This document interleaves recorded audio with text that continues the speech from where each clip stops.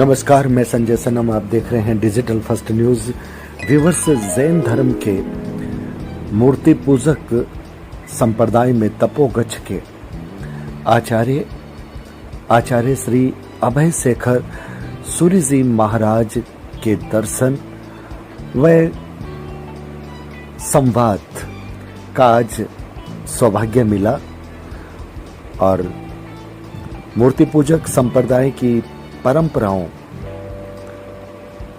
को कुछ हद तक जानने का भी अवसर मिला। सबसे बड़ी बात यह रही कि आचार्य की अगवानी भी सादगी के साथ, आचार्य की अपने स्थल से विदाई भी बड़ी सादगी के साथ, शंखनाद हुए लेकिन वो आचार्य के नाम के नहीं, वो भगवान महावीर के नाम के, वो जैन शासन के नाम के।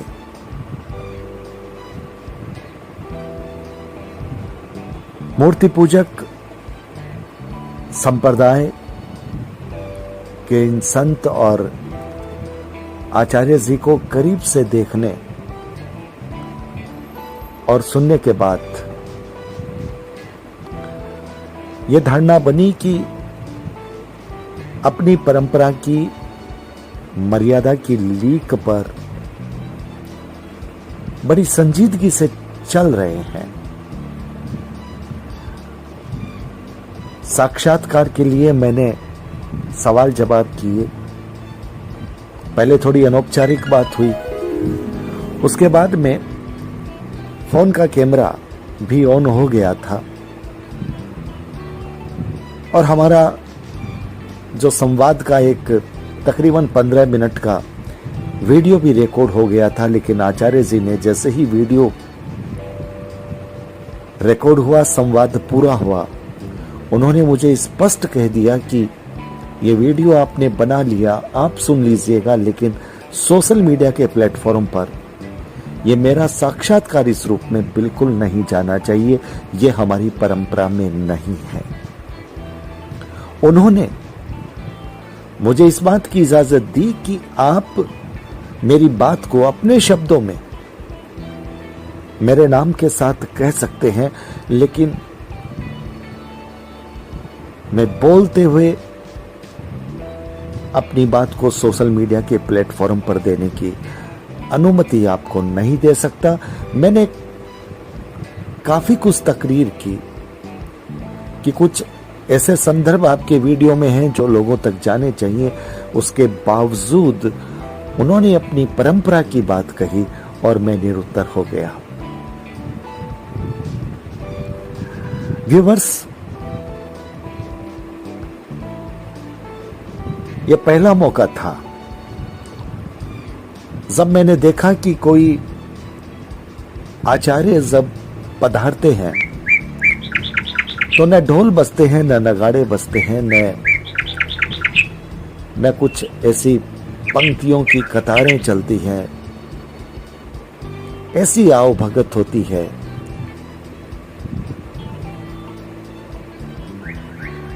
ऐसा बिल्कुल नहीं हुआ। आओ भगत थी, भावना की थी, शांतिपूर्ण ढंग से आती हुई पद चापे और बीच में 2-3 कोई शंखनाद, वो भी भगवान के नाम के, जिन शासन के नाम के, आचार्य के नाम के नहीं थे। संयम के पथिक जब शांति की पदचापों के साथ आते और जाते दिखाई देते हों, तब समझना चाहिए कि संयम इनके आचरण में भी है, नाम की लिप्सा नहीं, अपने नाम के प्रचार की लिप्सा नहीं, और शायद इसीलिए पधारे तो भी उनका प्रचार नहीं। बहुत सहजता के साथ, बहुत सरलता के साथ,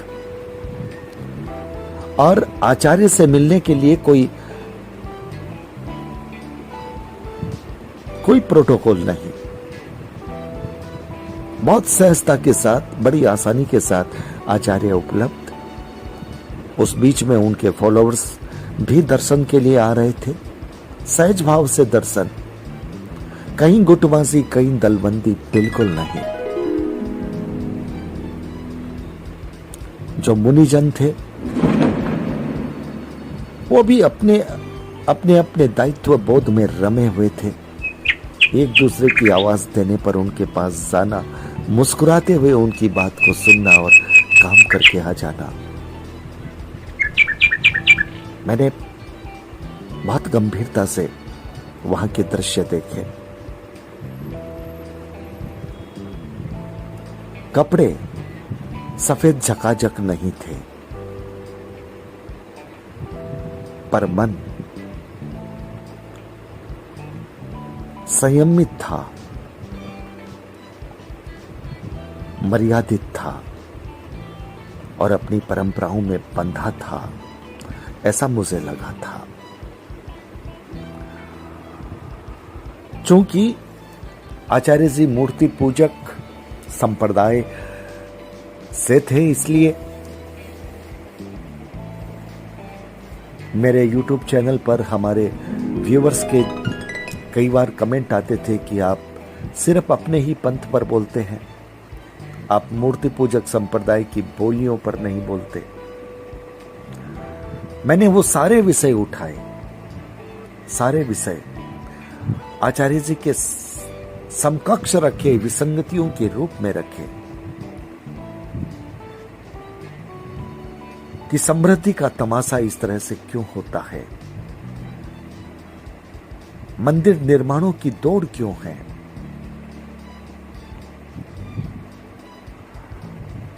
हमारे समाज की बेटियां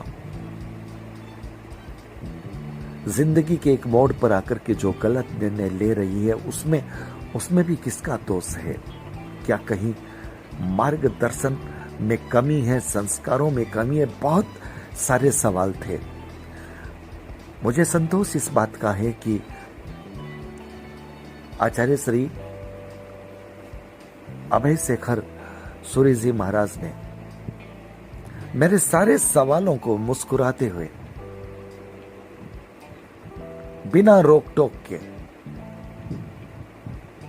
पूरी तल्लीनता के साथ सुना और जवाब भी दिया।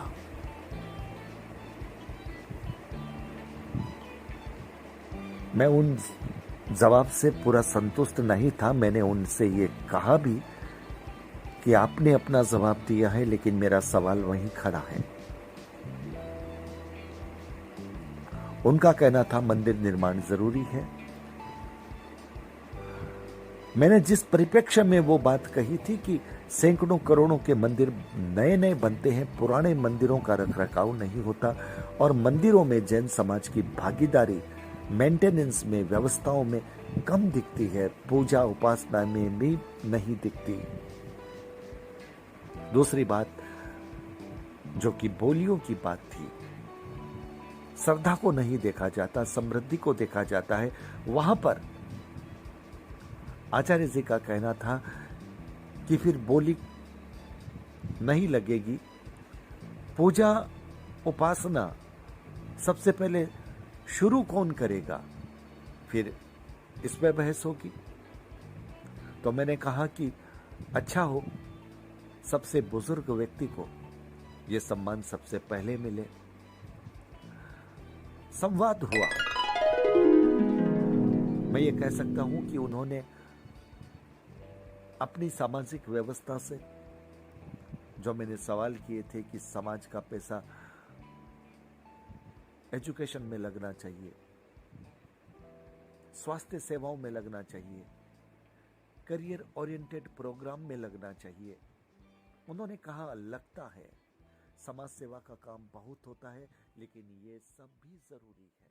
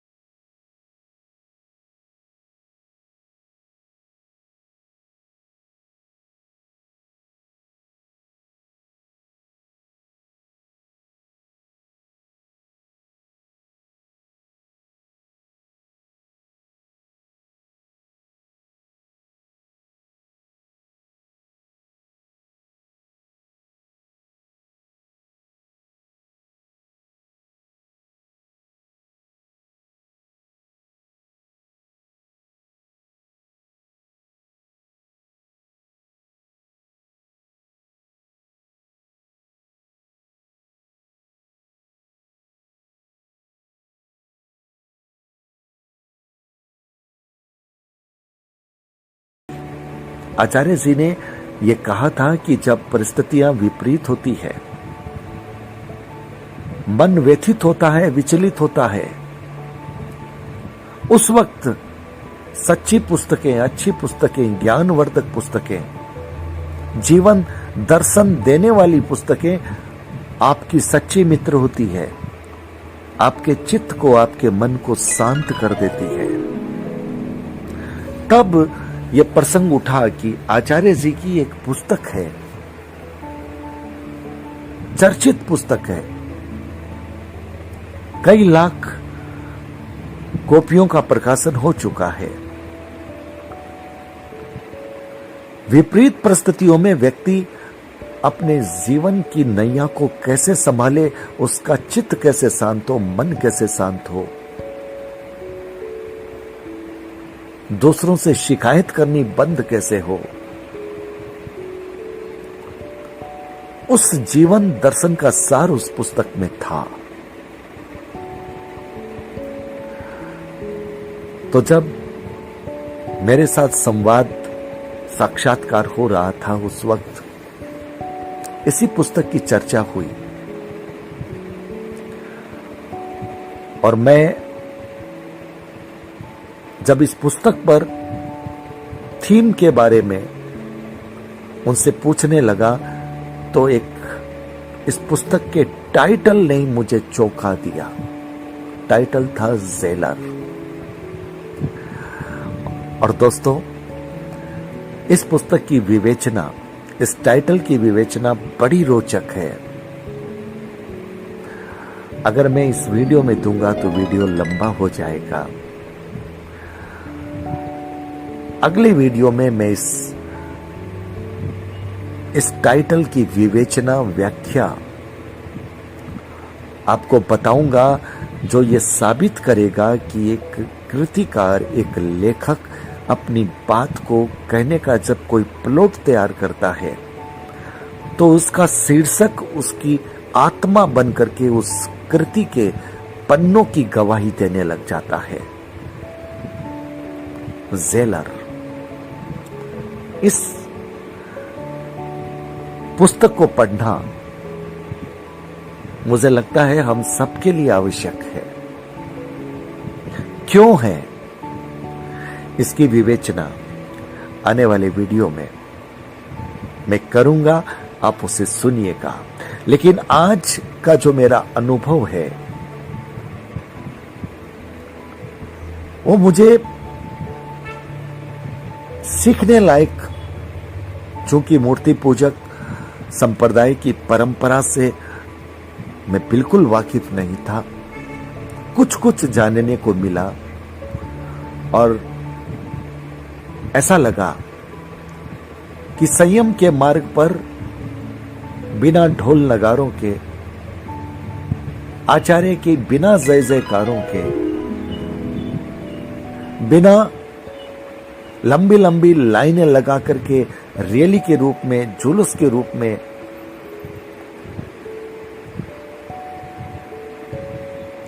अपने स्थान पर पहुंचने, वहां से विदा होकर के दूसरे स्थान में जाने की जो प्रक्रिया होती है, उसमें जितना दिखावटीपन, जितना बनावटीपन, जितनी कृत्रिमता, जितना आडंबर, जितना पाखंड होता है, उसमें शोर होता है। और जहां शोर होता है वहां शांति नहीं होती और वहां चित्त को शांति नहीं मिलती। मुझे यह लगा कि जहां आध्यात्मिक पटल के पथिक बिना शोर शराबे के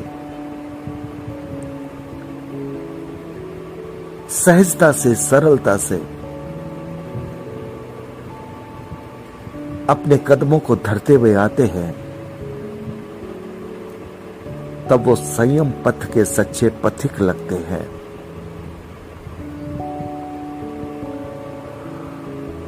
और जब उनसे आप मिलते हैं तो कहीं ना कहीं आत्मीयता का एक तार भी जुड़ता है। चाहे आपका एकदम नया परिचय हो, पहली बार आप मिल रहे हैं,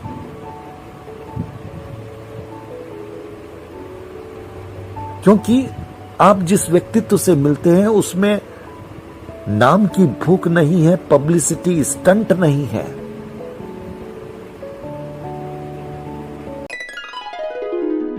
शांति के साथ अपनी भक्ति, अपनी उपासना और उसके साथ साथ लोगों के बीच में भगवान की वाणी को रखने का उपक्रम। जयकारा है तो भगवान का है, अपना नहीं है।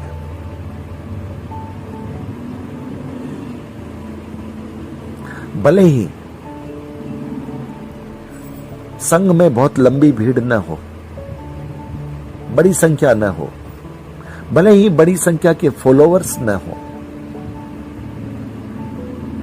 क्योंकि एक संप्रदाय के गच्छों में भी फिर बहुत सारे समूह तो फॉलोअर्स बंट जाते हैं। लेकिन इसका एक सुकून भी होता है। देखिए, पहली दृष्टि में जब हम कहते हैं एक गुरु और एक विधान, तो पहली दृष्टि में ये बहुत खूबसूरती लगती है ये कि एक गुरु और एक गुरु के निर्देश पर सैकड़ों साधु साध्वी चलते हैं, बड़ी बात होती है।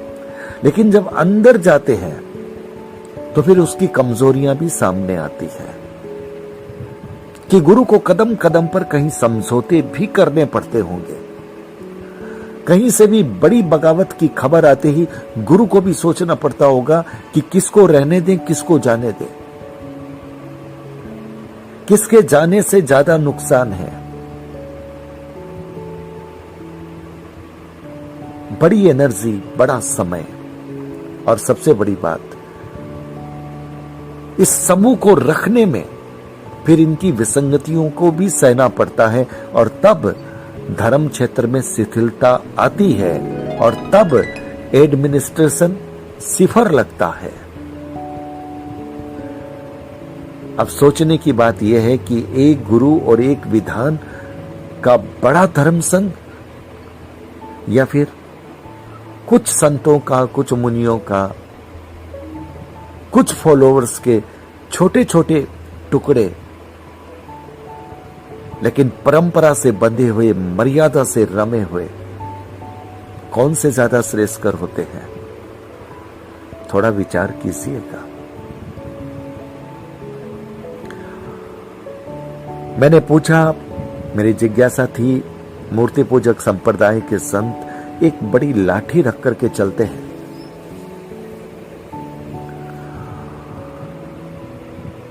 मेरे मन में था कि शायद जब पदयात्रा करते हैं तो कहीं पशुओं के लिए, पशुओं से रक्षा के लिए, लेकिन बात यह नहीं थी। मैंने आचार्य जी से इस परंपरा के लिए पूछा कि आखिर इस लाठी को रखने की वजह क्या है। उन्होंने जो जवाब दिया कि यह लाठी वृद्ध जो मुनि संत होते हैं उनके लिए सहारा भी बनती है।